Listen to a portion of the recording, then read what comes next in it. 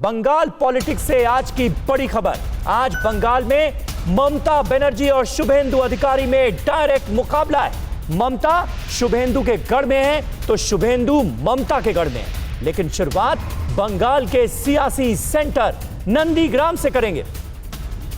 आज नंदीग्राम के मैदान में शुभेंदु वर्सेस ममता बनर्जी का मुकाबला है। नंदीग्राम के नायक शुभेंदु अधिकारी के गढ़ में ममता बनर्जी सूबे की मुख्यमंत्री अपना शक्ति प्रदर्शन करेंगी। शुभेंदु के टीएमसी छोड़ने के बाद ममता की यह डैमेज कंट्रोल की बड़ी कवायद मानी जा रही है।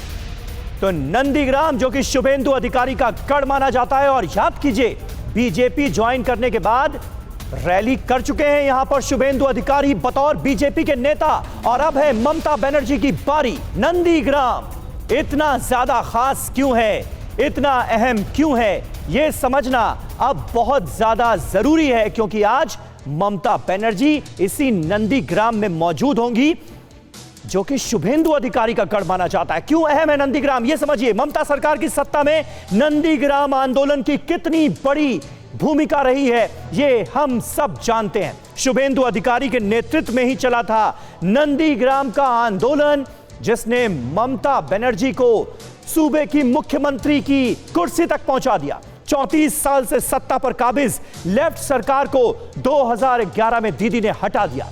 ममता सरकार की जनमानस में बहुत बेहतर छवि बनी और ग्राउंड पर काम करने वाली पार्टी के तौर पर साख टीएमसी की साबित हुई। 2016 में शुभेंदु अधिकारी को जीत मिली और निश्चित तौर पर टीएमसी की जो ओवरऑल जीत थी बंगाल में, उसमें शुभेंदु अधिकारी का बड़ा योगदान माना गया। लेफ्ट प्रत्याशी को 81,000 वोटों से दी थी शुभेंदु अधिकारी ने मात। आप अंदाजा लगा सकते हैं इस पूरे इलाके में शुभेंदु की लोकप्रियता कितनी है, और अब इसी लोकप्रियता को भुनाना चाहती है भारतीय जनता पार्टी, जिसने टीएमसी से इस बार जोरदार टक्कर ली है। तो ये कुल मिलाकर स्थितियां बनती हुई नजर आ रही हैं। नंदीग्राम में आज ममता बनर्जी की मौजूदगी होगी और दक्षिण कोलकाता में शुभेंदु अधिकारी ताल ठोकते हुए नजर आएंगे, जो कि ममता बनर्जी का बड़ा गढ़ माना जाता है। सामिक भट्टाचार्य इस वक्त हमारे साथ मौजूद हैं, प्रवक्ता हैं भारतीय जनता पार्टी के। खालिद अब्दुल्ला नेता टीएमसी के, वो हमारे साथ जुड़ गए। गौतम लाहिड़ी साहब हमारे साथ मौजूद हैं, वरिष्ठ पत्रकार हैं, बंगाल की सियासत को बखूबी समझते हैं। लेकिन खालिद, पहला सवाल आपसे, किस तरह से देखते हैं आज के इस महामुकाबले को? एक तरफ शुभेंदु अधिकारी दक्षिण कोलकाता में उनकी मौजूदगी जो कि ममता बनर्जी का गढ़ माना जाता है, दूसरी तरफ ममता बनर्जी पहुंच रही हैं शुभेंदु अधिकारी के गढ़ में नंदीग्राम में।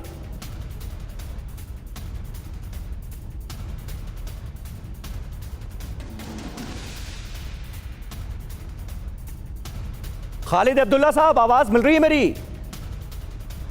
जी जी, मैंने आपसे पूछा आज के इस महामुकाबले को किस तरह से देखते हैं? शुभेंदु अधिकारी और ममता बनर्जी के बीच डायरेक्ट मुकाबले का दिन है आज। देखिए, ममता बनर्जी ऐसे कई शुभेंदु को बंगाल में खड़ा करके रख चुकी हैं। तो ममता बनर्जी का आपने कहा गढ़ और शुभेंदु अधिकारी का कहा गढ़। मुझे कहीं ना कहीं आपके टीवी के माध्यम से यह बता देना जरूरी है कि ममता बनर्जी सिर्फ दक्षिण कलकत्ता में ही अपना गढ़ नहीं मानती, वो पूरे बंगाल उनका गढ़ है। और बंगाल की हर कोने कोने पे ममता बनर्जी का हर वो कार्यकर्ता ममता बनर्जी के लिए जान निछावर करने को तैयार रहता है। तो ये ममता बनर्जी ऐसे शुभेंदु को मैं समझता हूं कि हर महीना 2 उसको जन्म देकर इसी तरह का शुभेंदु अधिकारी बना सकती हैं और बना रही हैं। तो कहीं ना कहीं मुझे लगता है कि आपके ये टीवी के माध्यम से उनका बहुत ज्यादा कद को आप लोगों ने बढ़ाने की कोशिश कर रहे हैं। इसको कद तो टीएमसी ने बढ़ाया हुआ था। नंदीग्राम आंदोलन याद है ना खालिद अब्दुल्ला साहब आपको? उसका नायक ममता बनर्जी का सिपाहसालार कौन था? शुभेंदु अधिकारी तो थे। देखिए, और आप कह रहे खद हमने बढ़ाया हुआ है। अरे खद तो आपने बढ़ाया हुआ था। 3 मंत्रालयों का जिम्मा आपकी सरकार में शुभेंदु अधिकारी संभाल रहे थे। किस तरह की बातें कर रहे हैं खालिद साहब?